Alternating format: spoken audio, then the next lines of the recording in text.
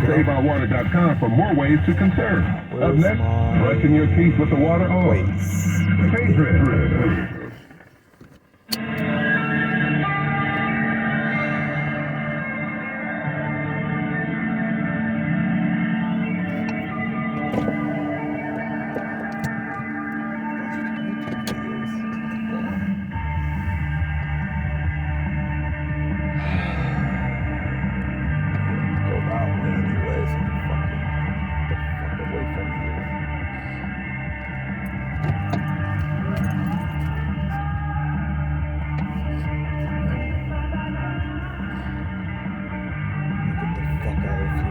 Hate Napa. I hate the rich that live up here.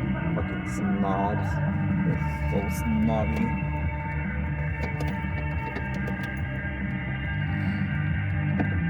Yeah, these bunch of fucking snobs. You know how the rich are.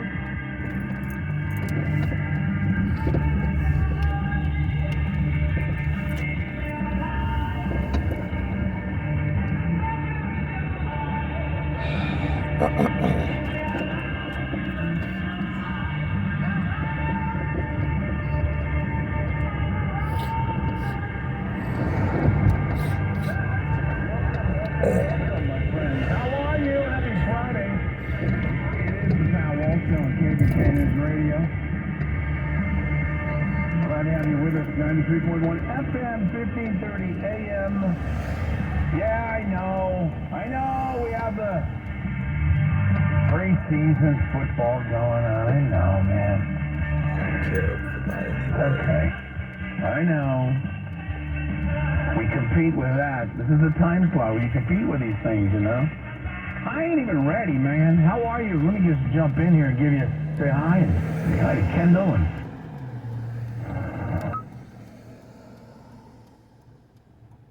I'm just curious why I am. 2 or 3 innings out of the bullpen because that's where the A's are at in terms of their pitching right now. 4,374. Do you know what that number is? That's the number of days between wins for Zach Neal. The amount of outs you got to get in a Major League Baseball season, not counting extra innings. And whenever I bring that number up, people go, wow, yeah, you need 4,374 outs. So you tell me, if you don't want your starting pitchers to go deep in games, how do you get 4,374 outs in 6 months? That sounds like a lot of outs. I can't believe nobody gave Chris Townsend a shot. Exactly. I threw 88, 89. Well, no one was looking for a short right-handed pitcher, Ken. Well, you know, Chris, there are other avenues to make your mark in this life. Well, I just want to apologize to you and all the other people there in Chicago that you're not going to get to see Vanilla Isotone look. I know you're looking forward to it. I'm bummed. Yeah, I was going to take an Uber, you know, and stay into the wee small hours out here. Talk to you tomorrow. I'm off tomorrow. Oh, you are? Okay. I have bigger things to do. Mr. Gent, you're going to go to the Spartans and the Trojans at the Coliseum. The biggest upset in college sports history tomorrow at the Los Angeles Memorial Coliseum. Well, and Mr. Jensen's doing the pregame and the postgame tomorrow. Exactly. So he's going to... I may be calling into the postgame if we win. Good luck to the Spartans, man. All righty. You have a good night. Okay, buddy. All right, the number 833-625-2278. That's 833-625-2278. Hell, if you're going to beat them up all year long, you might as well give them a little love when they have a good night, right? Some of you out there, night after night, call after call, just beating them up. On a night like this, sometimes, you know what? You got to tip your cap. And tonight's the night that I'm not going to forget. Because it's the night that it's the greatest night of Nick Allen's career. There is something about that. Some of you may agree, some of you may not. And for Zach Neal, I think it's a story for all of us. There's a lot going on in this game. Yes, the A's won 12-4. That's great. But sometimes it's the stories inside the game. And I told you, at some point, you gotta show something. Everybody has to show something. I read it today and I didn't realize it, and I had to double take. Like, is that real? I read something today, and I was like, wow. Detroit going into their game today. The terrible Tigers, they're awful. Detroit came back and got a victory and beat the closer of the Astros, and Detroit won 4-1. Detroit is they're a game over 500 in the second half. Kansas City's had its moments, they're better. Nationals have been one of the better teams in the second half. It's my whole point. Everybody at some point in the season should show signs of getting better. I don't care what the names are on the back of the jersey. I don't care if you had an A-ball team up here. Everybody should show signs of getting better. And the A's just haven't. Until now. It's finally happening. 833-625-2278. You're listening to the A's Clubhouse Show, and your phone calls are next. Summertime is golf time in the Bay Area, and that means it's time to enjoy the beautiful vistas, 27 holes of championship golf, and all the amenities that Cinnabar Hills Golf Club has to offer. Cinnabar Hills gives you a variety on the course and in their amazing grill. They're ready to give you an incredible experience for any family, business, or social gathering. Nestled in the quiet hills of San Jose, approaching a railroad crossing. Cinnabar Hills. Learn more at cinnabarhills.com. That's cinnabarhills.com. Join First United Credit Union as they root on the A's to victory. First United Credit Union. Supporting our local teams and local community. And for a limited time, you can earn $100 when you open a free checking account and use it. Use promo code ATHLETICS when you apply. Learn more at firstunitedcu.org/athletics or stop by a local branch. Insured by NCUA.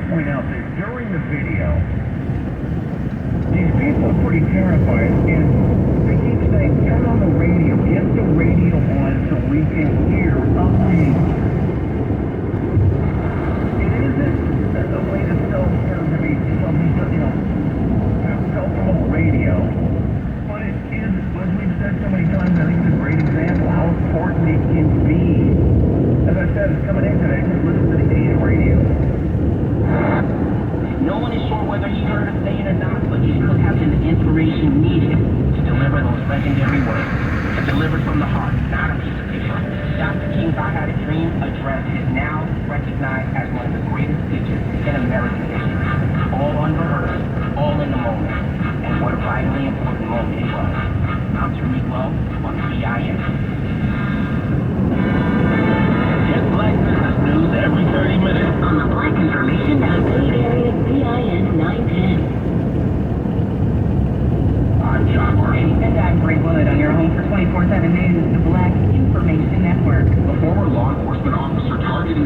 White opened fire at a popular California biker bar, Cook's Corner, resulting in 4 deaths, including the shooter and 6 injured individuals. Under Sheriff Jeff Howlett held a press conference with NBC News about the incident. Deputies responded to multiple 911 calls of shots being fired at Cook's Corner. The caller stated that the male fired 4 to 6 shots. About 2 minutes later, at 7:06 p.m., deputies arrived on scene and dispatch could hear gunshots in the background. Although the identities of the deceased and injured were not immediately disclosed, law enforcement sources indicated the shooter's wife was a target. Cook's Corner, a well-known biker establishment since the 1930s, was the site of the tragedy. The investigation is ongoing, exploring the possibility that the gunman was a former law enforcement member. New DNA evidence from a 1997 Pennsylvania murder case indicates that a 70-year-old woman was sexually assaulted and fatally beaten by an unknown man, contradicting the convictions of 3 black men who have served over 2 decades in prison for the crime. CNN reports forensics expert Timothy Tombag testified that the mixture of the unknown man's semen, the victim's blood, and urine on her bedsheet indicates the assault and beating occurred simultaneously, challenging the prosecution's argument. The defendants, who have maintained their innocence, seek a new trial based on the DNA evidence. Prosecutors claim the evidence remains consistent with their convictions. Tallahassee Community College's enrichment program, Black Male Achievers, will not change its name despite concerns arising from Florida's new law that restricts funding for diversity, equity, and inclusion initiatives. According to Black Enterprise, while the law sparked worry about potential name changes due to its vague language, Brian Hooper, the program's advisor, clarified that there were no discussions about altering the name. The law signed by Governor Ron DeSantis has been criticized for imposing government control over higher education and has been seen as a threat to various student groups and services. I'm Morgan Wood on the Black Information Network. And physicians Dr. Azeda Katibi and Dr. Marilyn M. Singleton, along with the organization Do No Harm, are suing the Medical Board of California over a regulation mandating continuing medical education courses to discuss implicit bias. According to the Atlanta Black Star, the lawsuit claims that the requirement imposed by AB 241 infringes on their First Amendment rights and that there's no consensus that such training effectively reduces implicit bias. The physicians argue that the topic is irrelevant to their medical subjects and non-compliance could affect course qualification. They seek an injunction to stop enforcement and request legal-related fees and relief. The Black Futures Lab has announced a milestone in its Black Census Project survey, collecting nearly 130,000 responses from all 50 states, making it the largest survey of Black people conducted in the U.S. WAVE reports the initiative aims to engage underrepresented communities to shape a Black agenda that informs policymakers and politicians about Black communities' needs.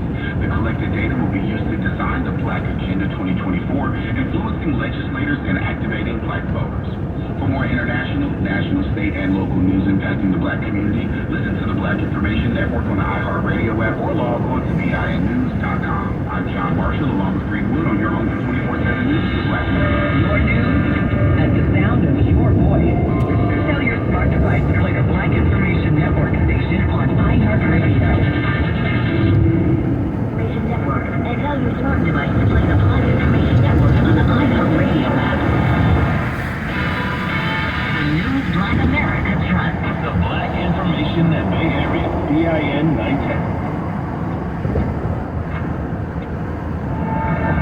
Your money on the Black Information Network. New home sales are reaching a 17-month high as buyers are facing a historically low supply of existing homes. Sales of newly constructed homes were up 4.4% in July. That's according to a joint report from the U.S. Department of Housing and Urban Development and the Census Bureau. Officials say sales of existing homes have been down for the past few months because of affordability concerns. Officials also say mortgage rates topped 7% last week, and rates are not expected to cool off in the near future. Meanwhile, when was the last time you charged something on your Macy's credit card? Well, Macy's says there is an increase in the number of customers failing to repay those credit card charges. The department store anticipated a spike in delinquencies after COVID, but management was particularly surprised by how dramatic the surge is. Macy's COO and CFO Adrian Mitchell says the speed at which the increase happened for Macy's and the credit card industry as a whole was faster than planned. Putting news at 24 and 54 minutes past each hour, I'm Nicole Gill on your home for 24/7 News, the Black Information Network, and BINnews.com. Telling the Black Black American story. The Black Information Network, the Bay Area's BIN 910.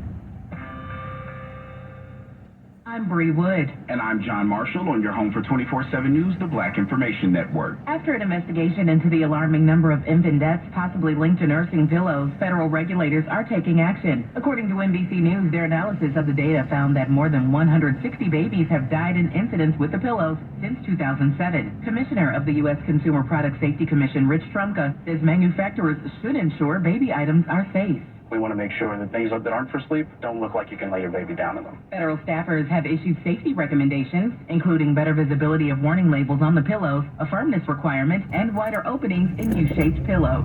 The Caucus of African American Leaders wants to know why a Maryland state police trooper was allowed to retire with benefits instead of being fired for sharing a racist, sexually explicit meme with George Floyd. Corporal Johnson Oros sent the image to coworkers in the days after Floyd was killed by police in Minneapolis, Minnesota. The Washington Post reports caucus members recently gathered outside of Governor Westmore's home, calling on him to address the matter. They want Moore to denounce the image and say that as long as he's governor, any employee that engages in that type of activity will be fired. State police issued a statement saying the image in question is condemned in the strongest terms.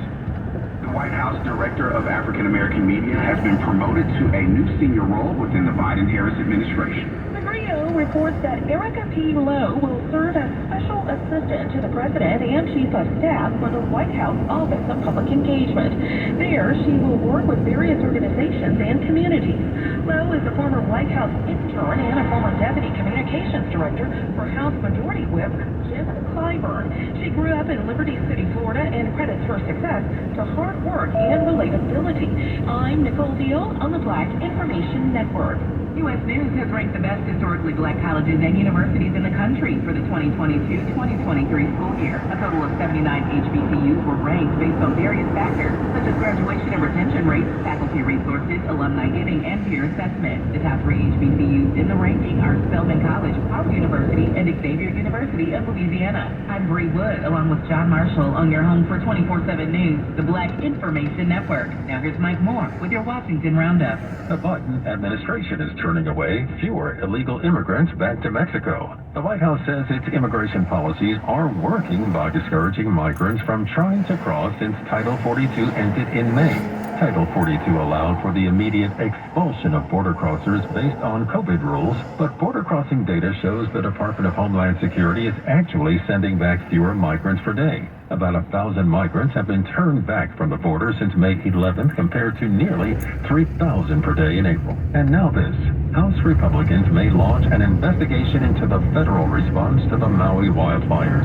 Speaker Kevin McCarthy told reporters that he's very concerned about the response and questioned why there were so many deaths. He said he believes there's going to have to be a congressional investigation into the Biden administration's efforts. And that's your Washington Roundup. I'm Mike Moore from your 24/7 news source, the Black Information Network and BINnews.com. The Bay Area's BIN 910 is powered in partnership with Direct Relief and Chevy. Thank you for partnering with a purpose on the Black Information Network. John Elroy Sanford was born in St. Louis and raised on the south side of Chicago. His reddish hair and complexion would lead to his nickname, Red Fox. Best known for his role as Fred G. Sanford of the popular TV show Sanford and Son, Red would get his start in nightclubs on the East Coast, but find real success in the West, becoming one of the first black comedians to perform for white audiences on the Vegas Strip. He would sign a multi-album deal and release comedy records that inspire to this day. What if I years that have been back here? You'd have to pull your pants down, hear what I'm saying? From 1972 to 1977, making Fox had a long list of co-stars household names. On October 11th, 1991, while co-starring with Della Reese and the royal family, Fox would suffer a heart attack on set and later pass away at the hospital. Red Fox was 68 years old, and while the big one finally got him, Red's legacy lives on through a body of work that includes 50 comedy albums, TV shows, and several films. Rest in power to the one and only Red Fox. This is Weston Kishome for the Black Information Network. I'm Doug Davis. And here's the latest from the Black Information Network. House Republicans will investigate backdoor DA Bonnie Willis, who launched a criminal probe against former President Donald Trump. The House committee is expected to ask Willis if she was coordinating with the Justice Department in her probe. Donald Trump surrendered to authorities in Georgia yesterday after being indicted for his alleged efforts to overturn his 2020 election loss in the state. Additional interest rate increases could be coming once again. Fed Chair Jerome Powell said inflation has fallen over the past several months, but still remains too high.